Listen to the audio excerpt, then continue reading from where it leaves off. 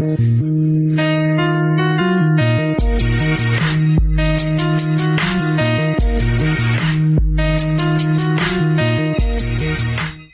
up, world? EstablishedRich coming right back at you. Rick Ross may not be selling like he did 10 or 15 years ago, but the way he is looking at these numbers explains why he's still here. I told y'all I'm playing the long game with my album, Set in Stone, out now.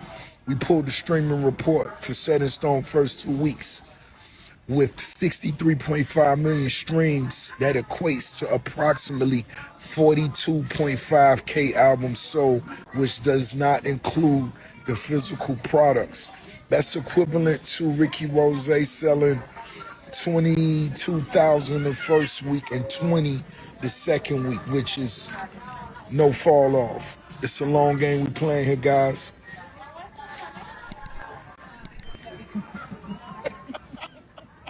I already know how this gonna sound to some of y'all. Y'all gonna say I'm taking up for Rick Ross or helping him make excuses for his low album sales. That's not what I'm doing. Has Rick Ross's popularity dropped since he first came out? Of course. We are not talking about the same Rick Ross who made BMF and Hustler. That run was different, and these numbers are not those numbers. But that is not the part that stood out to me. What stood out to me is how fast Ross found a way to put the numbers in a perspective that didn't break his confidence. Ross says the album did more than 63 million streams in the first week. He broke that down to the equivalent of around 20 or 25,000. He broke that down as the equivalent of around 22,000 the first week and another 20,000 the second week. Now, whether you agree with his math or not, I understand what he's doing. He is looking at the part of the numbers that tells him people are still listening. He ain't saying he is hot as he was in 2010. He is saying millions of people still press play on something he made in 2026. Those are two different things, and both of them can be true. His popularity can be down, and a new project can still be doing something positive. The internet don't like that kind of answer. They need somebody to either be winning everything or losing everything. There is no middle ground online. You can't just be a successful veteran who is no longer at the top of the charts, but still has people listening. The minute your numbers drop, here comes the he fell off comments. Here comes 50 Cent laughing. And here comes people who never bought one of your albums explaining why your career is over. And let's be honest about Rick Ross. If this album had done 200,000 the first week, he would not be standing there giving us a lesson about the long game. He would have been outside of his house with a robe on, with a Luke Belair bottle in his hand, telling everybody he is the biggest boss that ever lived. So yes, he is putting a spin on the situation. But I don't have a problem with that. You are supposed to find the best part of your results and use them to keep going. That doesn't mean you ignore what needs to be improved. It means you don't take the worst thing somebody said about you and make that the only thing you see. That is the part people miss when they call everything delusional. Sometimes a person is not lying to themselves. They are just refusing to look at themselves through the eyes of somebody who wants them to fail. Rick Ross knows he is not as popular as he used to be. He also knows that 63 million streams is not zero. And it is definitely not something to be ashamed of. He can look at that and say, all right, people still here. They still listening. Or he can get on social media, read 50 Cent's posts, and convince himself that 20 years of success no longer means anything. What good would that do him? That is why I understand his mindset. You cannot last long in this business without learning how to talk yourself through moments when the response is not what it used to be. At some point, the crowd gets quieter, the numbers change, the industry moves on to somebody younger, and you have to decide whether that means you have nothing left to offer. Rick Ross has decided that it don't. Some of y'all may call that coping, but sometimes coping is the reason you don't quit. So, for all the Rose real supporters, day one fans, my debut came out 20 years ago. We still celebrating that. My new body of work, Set in Stone. I put that together just, in one of those Rose fashions. It was all about that high frequency, my nigga, being a winner, balling hard, you know what I'm talking about? But we touched on just so much different shit. Production-wise, producer-wise, collaboration-wise, in the streets responding to that. Shout out to Wiz Khalifa. I see you getting that workout in, baby, going hard to that purple and all. And everybody that's posting the album, everybody that's posting their records, post your clips, jam into the shit you love and with the most. We going up, more videos coming.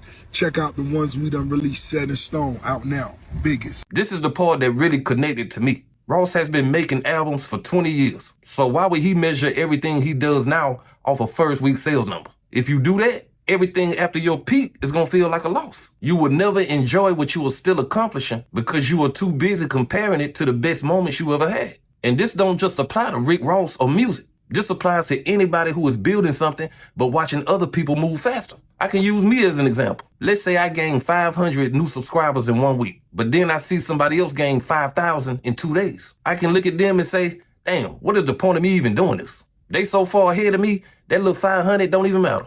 Or I can really stop and think about what happened. 500 people who would not subscribe to me last week saw something in me and wanted to subscribe. 500 people is a lot of people. You put 500 people in one room and nobody in that room is going to look around and say, this ain't that many people. But social media will have you looking at 500 new supporters like you failed because somebody else got 5,000. That is how comparison will rob you of a real win. The number didn't change. 500 is still 500. The only thing that changed was how I chose to look at it. And that choice can be the difference between me waking up ready to work tomorrow or sitting around feeling like nothing I do matters. That is what I hear when I hear Rick Ross talk about the long game. I hear somebody saying, I know this is not my biggest moment, but I am not going to disrespect what I have. He still has a catalog. He still has people who listen. And he still has a name that can make money outside of whatever happens during the first week sales. Ross also says he gets paid up front and he owns his catalog. If that is the position he's in, then of course he is not going to look at first week numbers like a new artist. A new artist may need those first week numbers to decide whether the label is still going to answer the phone next month. Rick Ross is looking at music as part of a much bigger business portfolio. Does that mean the album sales don't matter? No, because I am sure he wanted this album to do better. Nobody puts out a project hoping people don't listen to it. But once the numbers came in, he had a choice to make. He could let them embarrass him, or he could find out what they actually meant to his business and keep it moving. That is where the experience comes in. When you have been through enough ups and downs, you stop letting every single week decide how you feel about your life right now. You learn that a bad week is not the same thing as a bad career. A slower album does not erase everything that came before it. And somebody else doing better than you does not mean that what you're doing is worthless. It only means that they did better than you in that particular moment. That's it. You don't have to turn it into a whole story about why you should give up. I think a lot of people have quit things they were actually making progress in because they kept looking at the other person. They never gave themselves credit for how far they had moved because somebody else had moved farther. Somebody gonna always move faster. Somebody will always have more money, more views, more streams, more followers, and a bigger first week. If you need to be number one in the world before you allow yourself to feel successful, you are going to be miserable most of your life. Even when you win, you will find somebody who won bigger and use it against yourself. Now, Rick Ross has to be honest with himself. If the numbers are dropping, he needs to find out if it's the music, the promotion, or the way he's connecting with the people might need to change. Perspective does not mean you stop improving. It just means you don't beat yourself down while you're trying to improve. That is the line between confidence and delusion. Delusion says nothing's changed, but confidence says something has changed, but I still have something to build on. So I'm going to take y'all out like this. Rick Ross has definitely lost some of his popularity since he first came out. And there is no reason to pretend otherwise. But losing popularity is not the same thing as losing everything. He still has millions of streams, a valuable catalog,